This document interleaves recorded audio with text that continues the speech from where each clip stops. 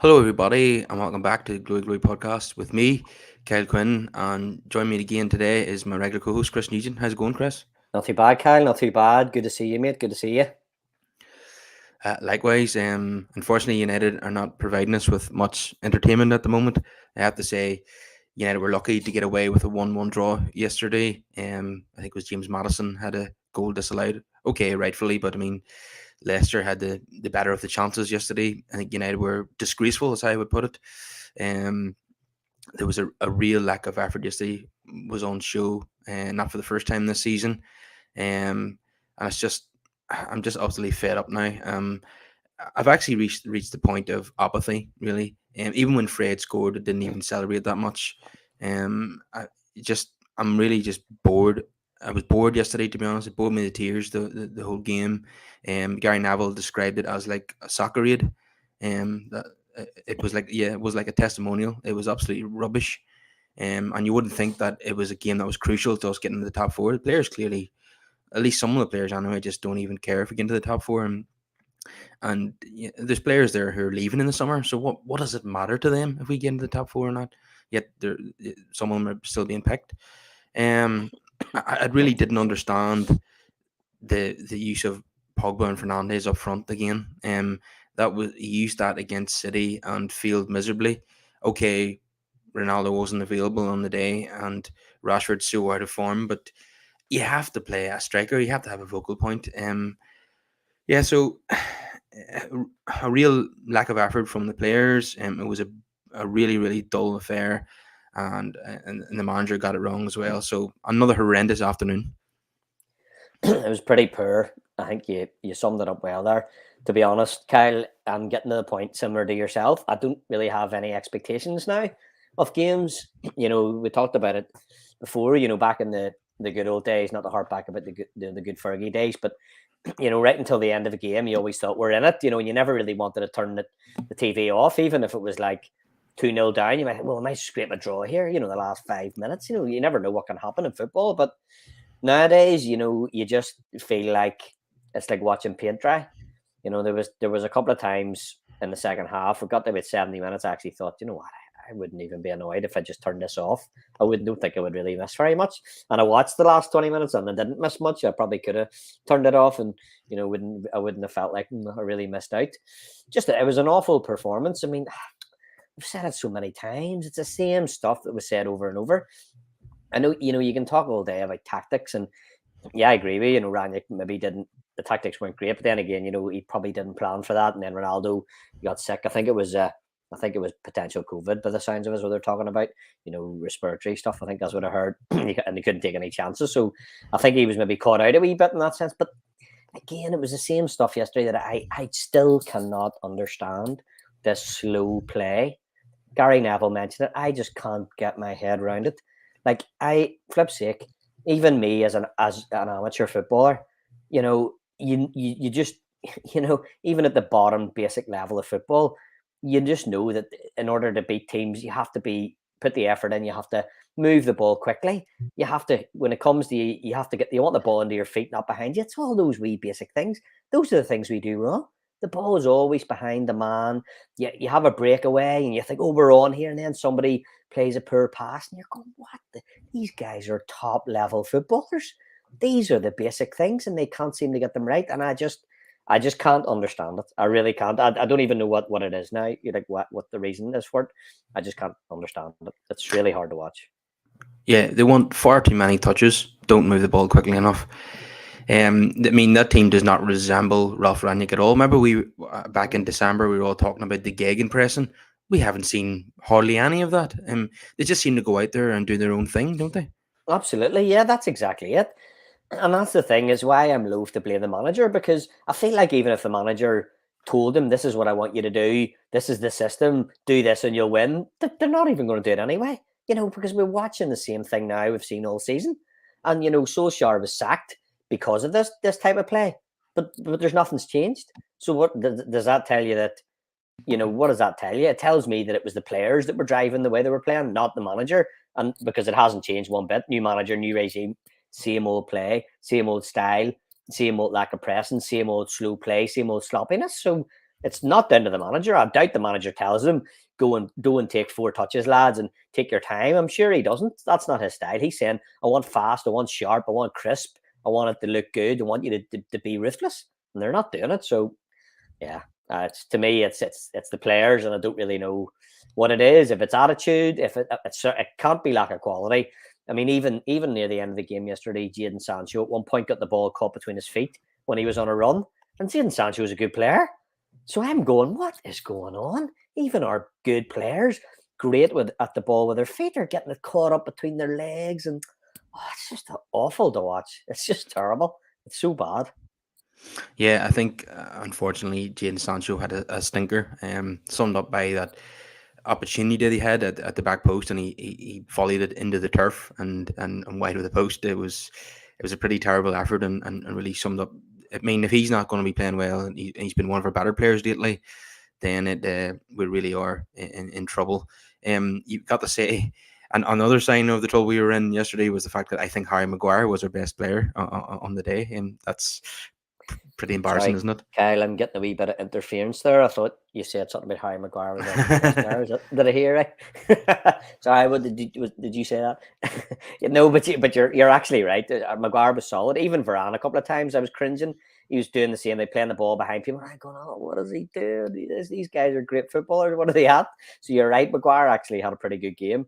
For me, Maguire and De Gea were probably our 2 standout performers. De Gea did, as usual, stands up, does nothing wrong, pulling the ball out of mid-air when it should be goals. And yeah, I just don't know what more can be said, really. Yeah. I can't remember who had the header for Leicester. It was going to nestle right into the 4 corner, and De Gea had absolutely no right to tip it around the post, but he did it again. That was the one. He just got his finger. He just got his right hand, got the fingers to it. He's brilliant. You know, he's on. I was reading today about stuff about wages and the wage structure and who's on what, and and Toby Fernandez's new deal, and I think De Gea's on the most money. And in fairness, at least he deserves it. He deserves his money, and I argue Ronaldo does too, I suppose. But De Gea certainly deserves his money. Yeah, not saying everybody does, unfortunately, but De Gea definitely does. No, they definitely don't. I mean, what I was saying yesterday was that they shouldn't be paid for that performance. I mean, if you were paid based on your performance, not many players this season would have been paid that much since August. To be honest, it's pretty terrible. If it was a commission-based system, they'd all be selling off their medals and stuff to pay for their mortgage, because they wouldn't be getting paid very much. That's for sure. Yeah, and something I want to come on to is the fact that Shaw and Pogba were selected yesterday, which they didn't agree with, based on the interviews that they did while away in international duty. Of course, Luke Shaw said that he felt wanted playing for England, and it was also indicates that he doesn't feel wanted at Man United, because Tellez had been playing ahead of him, and then all of a sudden he does that interview and he comes back into the team, and then Paul Pogba basically said our season is dead, and it is dead to him, because he's got nothing to play for anymore, because United can't win a trophy. He's not going to be here next season. So we knew what type of effort we're going to get from him yesterday. So he should not have been on the pitch. Yeah, I agree. I guess the problem for Ranić is, who does he replace him with? I mean, at times I look at the team and I just think, if you're the manager, you put yourself in the manager's shoes, who are you going to pick? You're picking the people that are your best players in terms of ability, the guys that have on paper the best chance of winning you the game. But then you must be looking at them and going, I hope they turn up today. I'm not sure if they will. Maybe they will, maybe they won't. But hopefully today will be the day. And you're trying to motivate them, and you're going, I'm hoping what I've said is enough, and hoping what we talked about in training is enough. And I hope, but you probably just know that when they go on the pitch, it's up to them whether they decide to turn up today or not. And some days they'll turn up and they'll be brilliant, and then other days they'll just not really turn up. I just scratch my head. Because like I say, you would say, all right, you take Paul Pogba out. Who do you put in there? Realistically, who do you put in? Well, let me just come in there. When Matic came on for Pogba in the second half, and I have to say, from an attacking point of view, Matic actually offered more than what Pogba did. And Matic is a defensive midfielder. So that really summed up how bad Pogba really was yesterday. 100% agree, Kyle. And in a way, you're making exactly the point that I made, in a sense of, you look at the two of them and you go, on paper, who do you pick? And you go, well, it has to be Pogba. But that's the problem. You go, I don't know if Pogba's going to be better today than what Matic would be. On his day, it should be Pogba, but then you're going, will today be his day? I don't know. And then today turned out yesterday wasn't his day, and this is the problem the manager has. He doesn't know what Paul Pogba and the same as other is going to show up. It's an awful situation. It really is.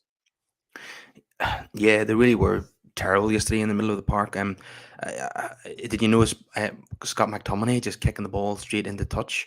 I think Varane was guilty of it as well. It was just so disjointed.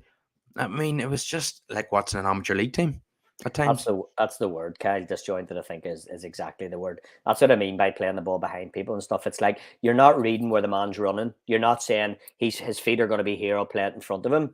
It's exactly right. Good man, Niall. That's exactly it. It's just going to be like it's just disjointed.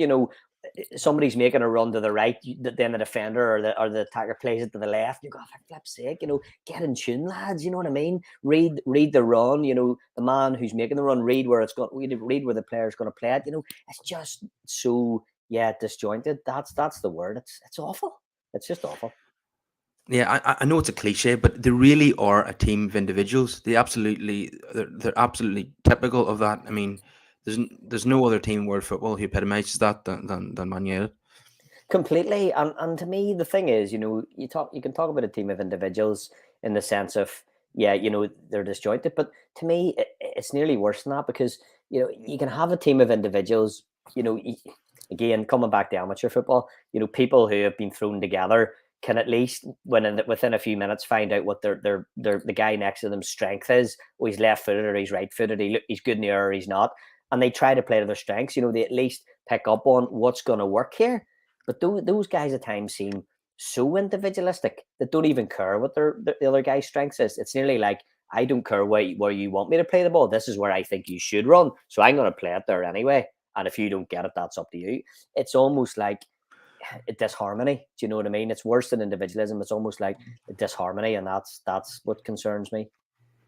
Yeah, I was listening to a bit of Tony Cascarino today on TalkSport, and what he was saying was when he was a player and a new manager came in, he knew what his role was by the second game. Because if he wasn't doing what the manager was asking, he would get a telling off, and by the third game, he was 100% sure what his role was. So the point he's making is that these United players, surely have been told by the coach what the role is, what is expected of them, what tactics they have to carry out. So you're looking at it and you're thinking it must be disobedience, like you say. Yeah, it seems like it. It seems to me, like I said, if they're playing exactly the same way they did under Solskjaer, I can't believe that Ranić would turn around and say, "Oh, I like the way you're playing under Solskjaer, lads, keep it up." There's no way he's done that, but that's how they're playing, which means that they're not doing what they're being told. And as you rightly say, I find it very hard to believe that guys of that quality are just not understanding what they're meant to be doing. I just cannot believe that at all, which means that they must be actively just not doing what they're told for one reason or another. But, not to get into the deep conversation, Kyle, but we all know, that the culture at Manchester United festers this type of disobedience, or fosters this type of disobedience. It has done for years. We've talked about till the cows come home. We don't need to keep repeating. But, whenever you're going above managers' heads and giving players contracts and renewing deals for players who are out of form and not being picked, the message the players get is, doesn't matter what the manager says, I keep doing what I'm doing because the guys who run the club are rewarding me. So clearly they think I'm doing okay. So I'll just keep at it and I'll just ignore what the manager tells me if it's not what I want to hear. And that's where we're at. And that's got to change. Otherwise, no manager can be successful under that, because a manager is going to be successful if the players do what he tells them to do. But if he says one thing and they do something else, then he may as well just not be there. So what's the point, So yeah, it's concerning, very concerning. Yeah, it's been mentioned by plenty of fans and pundits that Ralf Rangnick is basically in an impossible position because he's everybody knows he's a temporary manager. I think even some of the players might have alluded to that in interviews. That they know he's not going to be there next season, and they're not trying to impress him. So I think it might have been a bad idea to appoint an interim coach. They should have been appointing a permanent manager. I know that the men that they wanted were not available back in November, but yeah, it's just a complete shit show, isn't it? It's awful, and you're right, and I've thought about that too, and I think you're right. The guys they wanted weren't available. But what is it that Roy Keane keeps alluding to it? And Roy Keane knows more, about the inner workings of a football club than either you or I do, and he knows a heck of a lot more about specifically Man United. And he always, he keeps saying, just go and get the manager you want. He keeps saying, and even when people say the manager they wanted wasn't available, and he goes, look, if the manager wants to come and you make him a good enough offer, and you make this club a good enough offer, you're getting him. And Man United have the resources to do that. So just go and get him. And that's what he keeps saying. In other words, this story of, the guy's not available, that means they're not willing to meet the demands to make him available, even though they've got the resource. And that to me is what I read when Keane says, just go and get him. That's what he means is, that's not an excuse. They're able to get him if they want them. They just don't want them enough that they're going to break the bank to get them. And they should be, but they won't do it. Because again, comes back to the usual story, not that I agree with him, but Van Gaal said the other day, Man United are a commercial club, not a football club. We all know it. We've all been saying it. And I think that for me, that's kind of what Keane alludes to when he says, go and get him. In other words, just break the bank. Do what you got to do. If you want him bad enough, you can get him. So, yeah. Yeah, you're 100% right there. So the interim thing hasn't worked. We're now basically in a situation where we just want the season to end. I mean, we know we're not going to finish fourth because Arsenal are a team. They play with a cohesive plan. They follow out the manager's instructions to the letter. They're having fun playing football. We as a team are total antithesis of that. So I don't see any other result than Arsenal finishing fourth. In fact, we're down in seventh now, and I wouldn't be surprised if we finish seventh or eighth. And it might be better to finish eighth, so we're not in one of those, the B level tournament or the C level tournament. It's better just to be out of Europe altogether, to be honest. Because it's just appalling. And what I was going to say is that every game between now and the end of the season is basically meaningless now because we know we're not going to finish fourth. We haven't won 3 games in a row all season, and we have to do that if we're going to have any chance of finishing fourth. And the first game back up the national break, it's another draw, which should have been a defeat. So the idea of us winning 3 games in a row is just fanciful, really, and it's not going to happen. So every game between now and the end of the season is meaningless, and every fan I listen to now just says they want the season to end as quickly as possible. So it's a really horrible situation to be in as a supporter, isn't it? Yeah, it's dreadful. Like I say, you're just waiting now. Everybody's, reading the news with bated breath, saying, who's the next manager going to be? And you nearly just want this season to end and that decision to be made tomorrow, and then you guys to come in and let's just start afresh and see where it goes. You just feel like we're playing for nothing. Mathematically, we're not playing for nothing, but we're playing so poorly, like you said, Kyle. It feels like we're playing for nothing.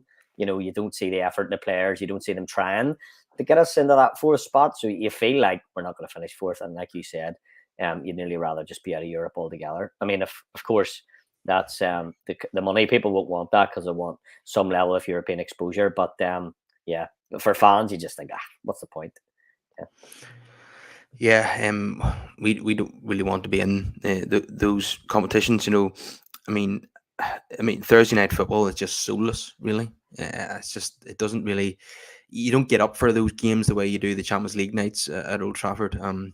You could probably argue there's no point in us being in the Champions League because there's no chance of winning it. But I think I would be of the opinion that I'd rather finish outside of the European spots if we're not going to finish fourth. But and we're well capable of finishing eighth in the table because we really are that bad.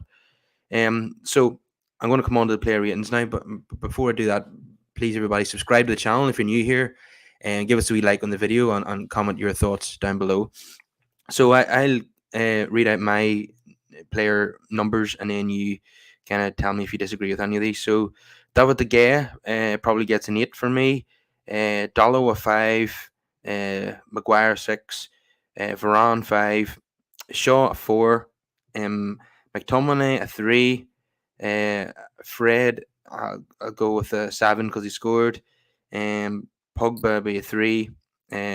Sancho, I'm afraid, would be a 4 as well. Elanga probably a 5. He had one direct run. Elanga, he took on took it past 2 players and then he was fouled. I would like to see him do more of that. Bruno Fernandes would probably be a 5. He just wasn't playing in the correct role, just like Pogba. But his effort led to his scoring a goal, but he had another opportunity, Fernandez, where he's 1-on-1 with the keeper, and it was a really team effort. I think Schmeichel saved it with his foot. Yeah. Yeah, he's just not a number 9 and shouldn't be playing in that position. So Ranić probably playing with a false 9 with Ronaldo missing. The decision to select Pogba and Shaw after their interviews in national break, I don't think was a good decision either. And it was just a really appalling performance, and he has to take at least some of the blame for not getting the players up for that crucial encounter for fourth spot. So I'll definitely give him a 3 as well. So any disagreements?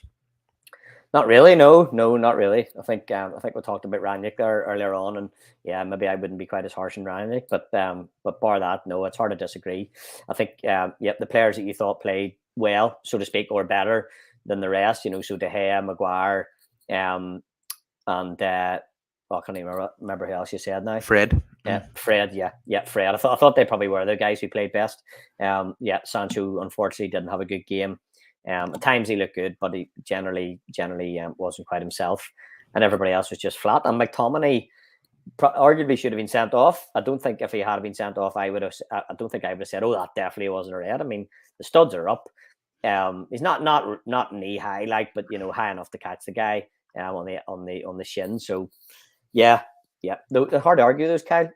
Let's say it was a really awful performance from start to finish. A couple of people played well, and bar that, everybody else was pretty poor. So yeah, I think it was quite fair. I think the McTominay challenge, whatever the on-field referee gave there, I think the VAR was just going to agree with him. It's probably one of those challenges that it's not quite a red, but it's more than a yellow. So whatever decision Andre Marner made, I think the VAR was just going to go with it. Had Marner sent him off, I don't think it would have been overturned either.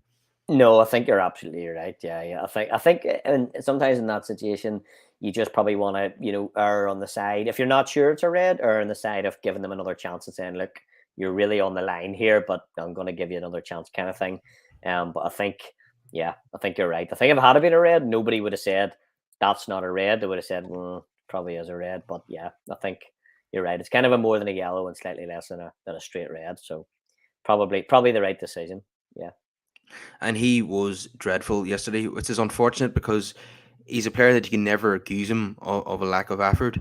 But he just doesn't have the quality on the ball to be a Manchester United midfielder. We're harking back to the past again, I'm afraid. But when you go back to like say Keane and Scholes and Brian Robson, and he's just nowhere near that level. I mean, I would say Man United's midfield must be, in terms of the ranking the 20 midfields in the Premier League, United must be somewhere in the bottom half, to be honest. Yeah, they're not far off it. No, and you're saying about harking back to past, it's so annoying. I feel like we United fans do it all the time, and people nearly accuse us of living in the past. But the problem is we're so poor. Yeah, when you're trying to compare to what you think is good, you either start comparing to other clubs, but I hate doing that. You don't want to compare just the other teams. You'd rather talk about your own club. So you either compare to other teams who are good, or you compare to when we used to be good. So it's unfortunate that we're in that position where you either compare to when we were good in the past, or you compare to other teams, and I don't like really doing either. But yeah, you're right, Kyle. Things are so bad that it's hard not to talk about when things used to be good. We're just what we have now is not that level. But this is the thing again. Quality, I can understand lack of quality. You don't expect every player on a football pitch to be unbelievable, and a team can be more than the sum of its parts. Some of the best clubs in the world, the best teams in the world, are teams of not A-list individuals, but collectively they become an amazing unit. And that's the thing. I don't even mind some players who are slightly, maybe not as brilliant as some of what we had, if they were able to play well together and they were able to play for each other. But that they're not doing that, and that to me is much the bigger thing to be annoyed about or concerned about. And in the past, when we equalised yesterday, 3 minutes after Leicester scored, under Fergie, you've been saying United are going to get a winner here. They're going to throw the kitchen sink at Leicester here. They're going to keep knocking on the door until they knock it down, and it'll go 2-1 to United. But I just turned to the people beside me and said, I don't believe that's going to happen here. In fact, I think the momentum will still keep going with Leicester, and they'll probably get a winner, which we thought they had until it was ruled out for a foul on Varane. You just don't believe in this United team anymore. It's no longer the United team where we say we always score or we always play to the end. We don't see that anymore. They don't have that kind of heart about them, and it's so disheartening to watch it on a weekly basis. Yeah, it's exactly. It's just that lack of spirit. It's like whenever Leicester got the second goal that was disallowed, I actually thought if this is allowed, we're probably just going to give up. I got that feeling. It was almost like maybe that's because of what happened at City, against City. Maybe I thought we're going to go to pieces here, and then it was almost like, oh well, okay, well it's not a goal, so we can't go to pieces. But it was almost like there was no, like you said, there was no like massive lift that said, okay, I think there was maybe a wee bit of a lift. Maybe I'm being totally a bit unfair there, but still, you still didn't feel like you said, Kyle, like this is the impetus now. We're gonna go on. We can go and win this game. We've got the rub of the green. Let's go and take advantage. You didn't feel that. You don't feel like, as you say, they had the heart to go and take the game by the scruff, which is again is the harder thing to watch. The lack of quality you can forgive, but not having that heart to want to go and win the game and give every ounce of sweat and blood and tears that's what is hard to watch. Yeah, they're not strong mentally, and they just don't care enough. Get their wages far too easily, and I mean, we see Manchester City and Liverpool. They have a team of superstars. They're very well paid, but they've got the culture at the clubs are very, very different. Uh, the football is the number one priority for a start, and they've got the two best coaches in the world, and they're so well drilled. And it's again, like I said earlier, it's a total opposite to what we see at Old Trafford. It's very, very depressing that year in, year out, the title race is between our two biggest rivals, and we're nowhere to be seen. Yeah, and that's what I mean by I hate talking about other clubs, because if you're going to compare other Premier League teams, they're the two clubs you compare to. Unfortunately, there are two biggest rivals, and I hate giving them any inch. Let's be honest, to say, oh, look how great they are, but they are great. That's why they're competing to win titles, and they're winning Champions Leagues, and they're doing all sorts of stuff while we're languishing in seventh place. You know what I mean? And saying, oh, we're probably not even going to finish in the top four. I mean, for a Man United team, with all the resource that we have, to be saying we're not even going to finish the top four, I mean, that is absolutely horrendous.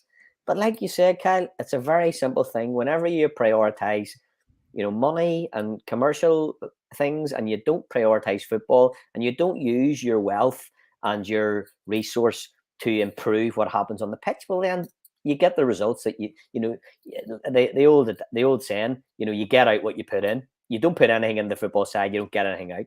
You put everything into the commercial side, you get plenty of profit and whatever out there, and that's what's happening. It's a pretty simple equation, and we're on the wrong side of it, from a fan's perspective. Yeah, I mean, to spend over $1 billion on a football team in 8 years, and you have to say it's harder to feel, and they've managed it. It's been one big whopping failure, from 2013 onwards. As soon as Fergie left and they decided they were going to make all the decisions, basically the manager was just going to be a coach, and they were going to take control of all the club decisions, and it's got to, and that's been the worst decision of the lot. And Woodward is gone now, but not sure what difference that is going to make. There are early signs of hope with Richard Arnold. The fact that we've been hearing from the press that the interview process for the next manager is being conducted by Darren Fletcher and John Murtagh. That Richard Arnold's not directly involving himself in these interviews. Edward would have done that in the past. So it shows that his promise that he was making, that things are going to change and he's going to learn from Edward's mistakes. It seems that at the moment that he's fulfilling that promise, and that's like, it's a very, very slight positive, but it's a positive nonetheless.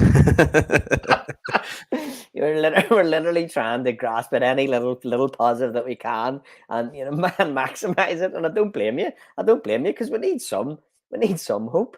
Fans need some kind of hope. You can't just believe that it's never going to improve.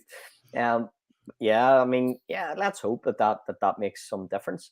Um, I just don't know. I mean, I just want to see this season really over now and just see who we get next. But I mean, I keep saying what I've been saying every time I'm on the podcast with you, Kyle, or every time I'm on here, is that I just want to see us pick a manager with a style, no matter what that style is, somebody who's been at least a bit successful with a style. Don't care what the style is, possession football, heavy metal attacking football. I don't really mind. Just something that works for somebody, and just say, let's commit to that.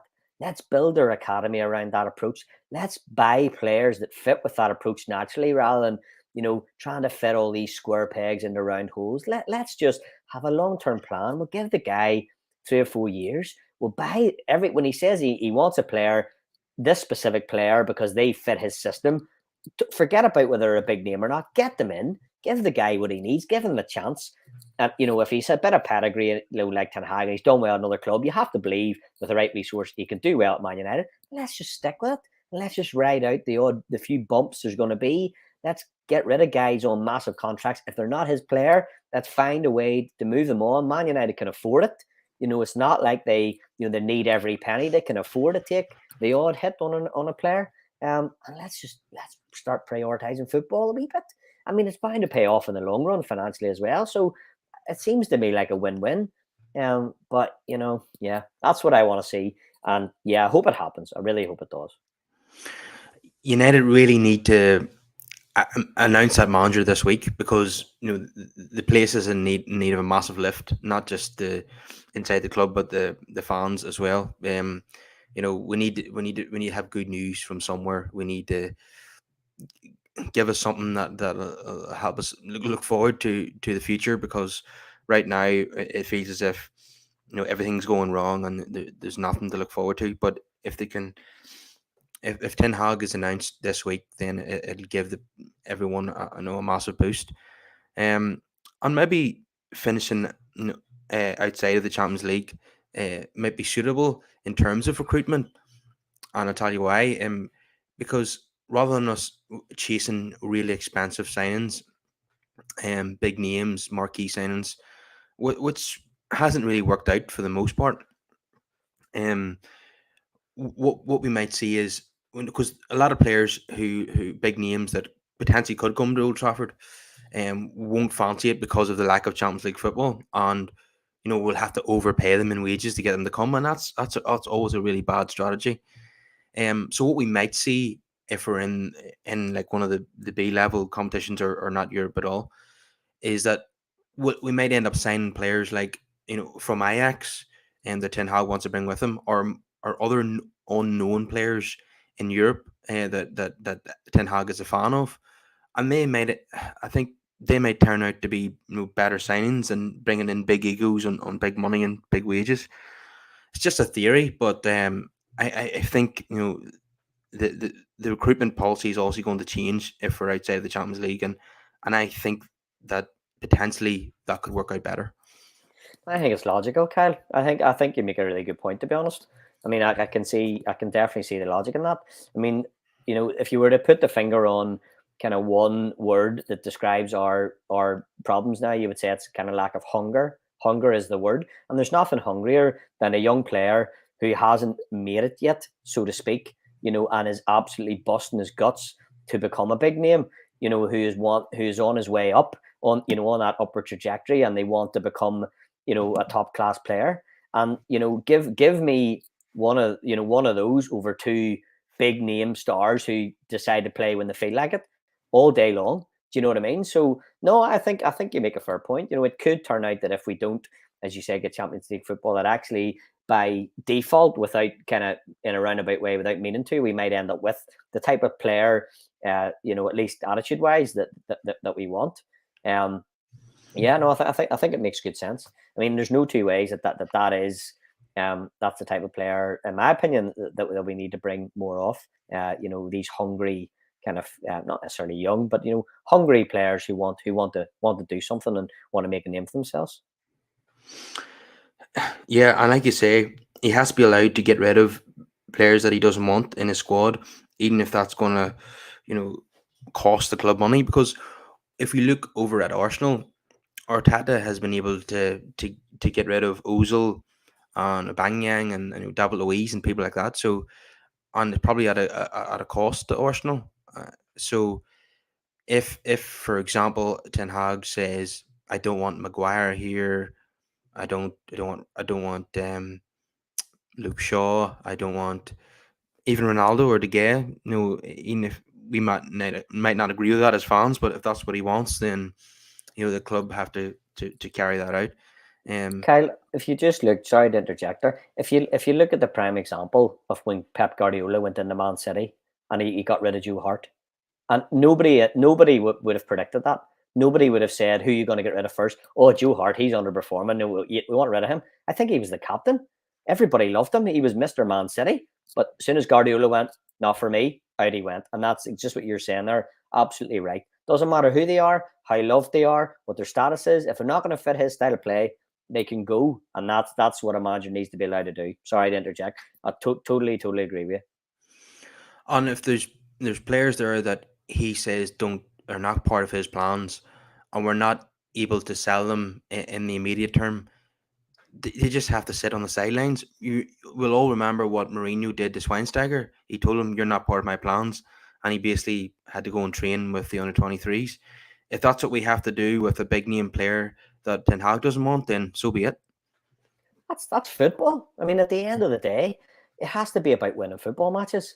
And a manager has to give himself and the club the best chance to win football matches. And if that means that certain players, as good as they can be, again, not to hurt back the past, we all remember Juan Veron, an absolutely unbelievable footballer. And Ferguson himself admitted he felt sorry. He realized he shouldn't have bought him, not because he wasn't a good player, but he didn't fit the system and he didn't know where to put him. Well, that's the type of player that you just have to say, you're an unbelievable player, son, but you're not fitting into my system. Unfortunately, it's not your fault, but that we're going to have to find you another club. And they just have to sit on the bench and say they don't fit in. And that's football. You have to.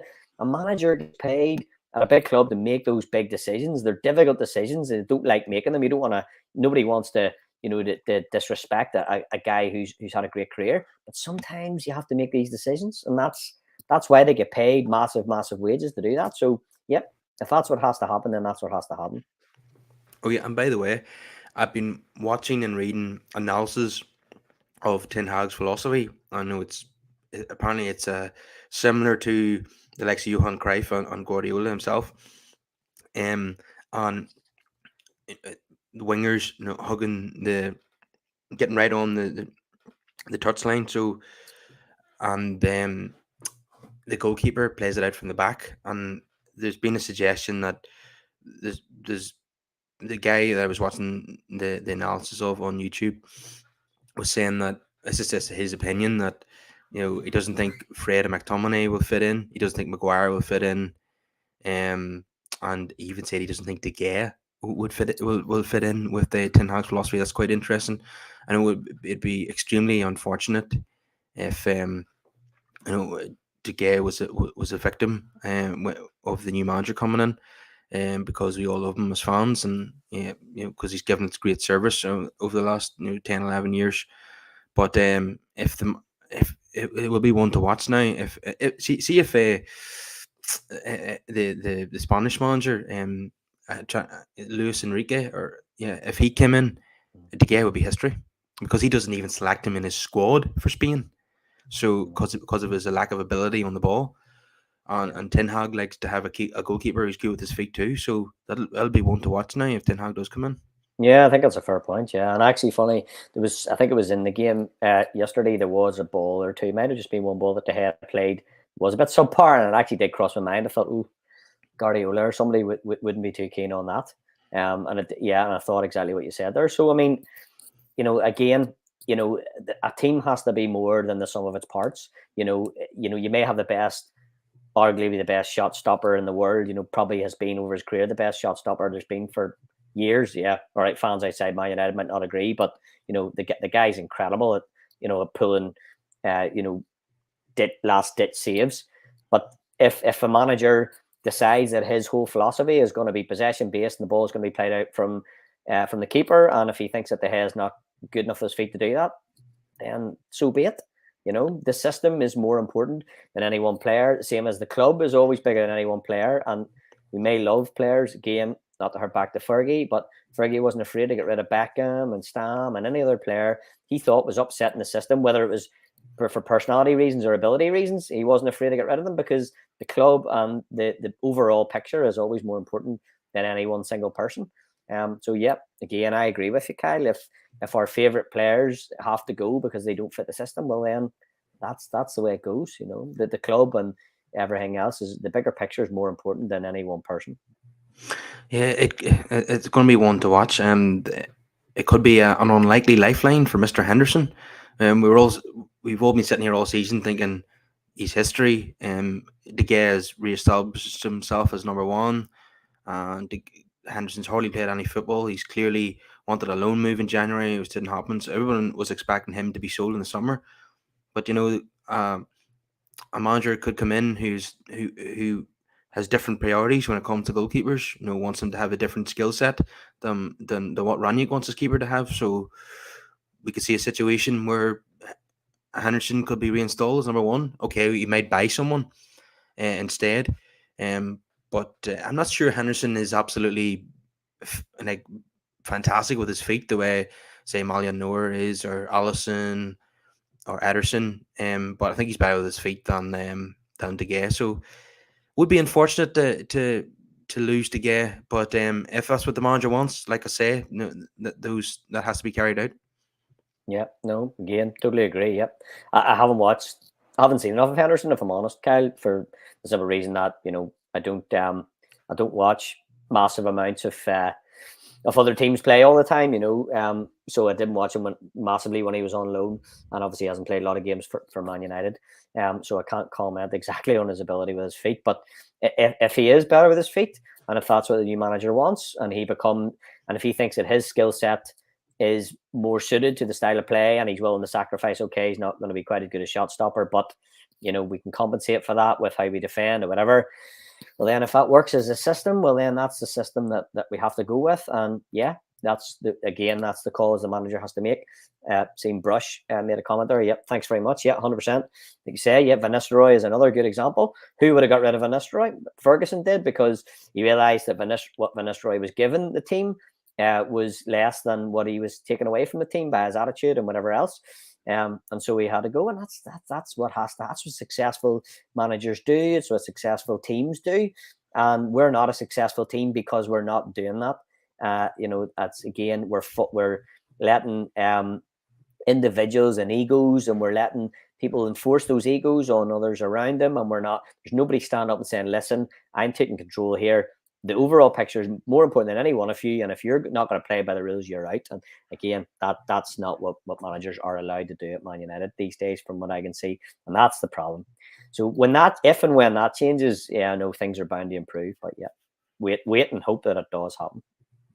Another player who's tipped to succeed under Ten Hag if he comes in is Jimmy Garner, who's currently on loan at Nottingham Forest, who's been turning things up in the Championship. He's played well in the FA Cup against big Premier League sides like Liverpool, Arsenal, and Leicester. And when you watch him, he looks like a proper midfielder, spraying the ball left and right, taking free kicks, penalties, and corners. He just looks like a guy who's improving all the time. I think he deserves a go in the Premier League now, because he's been doing well in the Championship. I think he's ready to step up a level. But I don't want to see him go on loan to another Premier League club. I want him to become part of the United squad next season. And that might be what happens, because there's so many players who are going to be sold this summer, and there's players who are out of contract, and we're not going to sign half a dozen players. I really don't see that happening. I think we'll sign 4 at the most. So we will probably see people like Garner, coming in and being part of the first team picture, and I'm all for that. I think he's extremely talented, and Nigel, who does the show as well, is a big fan of Garner, and I'm extremely excited by the prospect of him being in the United first team. No, I think that's fair. I mean, again, I haven't watched a massive amount of James Garner playing. Take your guys, your word for it. About how good he is. But again, I mean, in principle, yep, I totally agree with the idea of doing that. I mean, if we're talking a lot about the manager needs to be allowed to get rid of players and get players in, but maybe some of the players that he would need to get in are actually already at the club. Maybe there's some young guys that he can bring in, bring back from loans, maybe Brant Williams could be one as an example, perhaps, and James Garner, you bring these players back from on loan, bring people in from the academy who are more amenable to be molded into a new manager's way of doing things and are happy to take the instruction and do what they're told and fit into the roles that they're given, as opposed to wanting to play their own way regardless of what the manager says. So yeah, when we're saying about changing things up, it doesn't necessarily mean buying a whole load of players. It could just be bringing players in from the cold again and giving them a chance. So yeah, I absolutely think that would be a good approach, and it probably suits the money men at the club because it's cheaper as well. So maybe that is the short-term way to go. Yeah, and Donny van der Beek will definitely get another chance if Erik ten Hag comes in. Yeah, he's an obvious one, and I'd love to see him get a chance. Yeah, I think most fans would, 100%.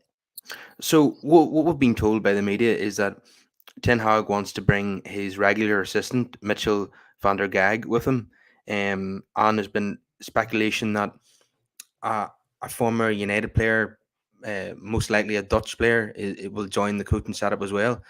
And just the thought of Jaap Stam being part of the coaching setup is really intriguing me, exciting me, because I think Mitchell and Ten Hag will be obviously the coaches, and I know I'm being a bit funny here, but Jaap Stam could be like the enforcer. He'd be someone that just look at him. He's a terrifying bloke. And no one can turn around and say to him, "Who are you?" Because he's a treble winner at Manchester United. So he should have the respect of the current players, and the fact that he's such an intimidating guy. Who's going to backchat to him? I would just, and he's already said publicly that he would love to get the offer to become a coach at Man United. He would never turn it down. So I think we really need to embrace the boldness this summer, because Mitchell van der Gag and Jaap Stam and Erik ten Hag, they're all bold, and I'm all for it. There's not a her between the three of us, but who cares? Who cares? If they come in and do the job, I couldn't care less. It's just funny, like, but you're right. I mean, who's going to argue with Jaap Stam? I certainly wouldn't argue with him. The guy's he's pretty intimidating looking, but all joking aside, he's bound to command that respect. That he obviously deserves. I will point out, of course, that Ollie was a treble winner as well, but people have said he was maybe too nice a guy. Well, whatever. Who knows what went on behind closed doors? But regardless, I would love to see, for nostalgic reasons, if no other reason, to have somebody like Jaap Stam on the coaching staff. And clearly he's there on merit as well. He's not just there, because of who he is. He's he obviously will deserve his place, and Ten Hag must rate him as a good coach. And as for bringing his other guy Mitchell, once again, you have a look at some of the greatest coaches in history, and they always say that usually a great coach has got a great second man with him. Brian Clough and Peter Taylor being an obvious example. Ferguson was lucky to have 2 or 3 of them over the years. Brian Kidd and Carlos Queiroz, and always had great coaches like Rennie Meulenstein and stuff. So a great manager will always recognise that he needs other great people around him. Mourinho's the same. He's always had Rui Costa and other people.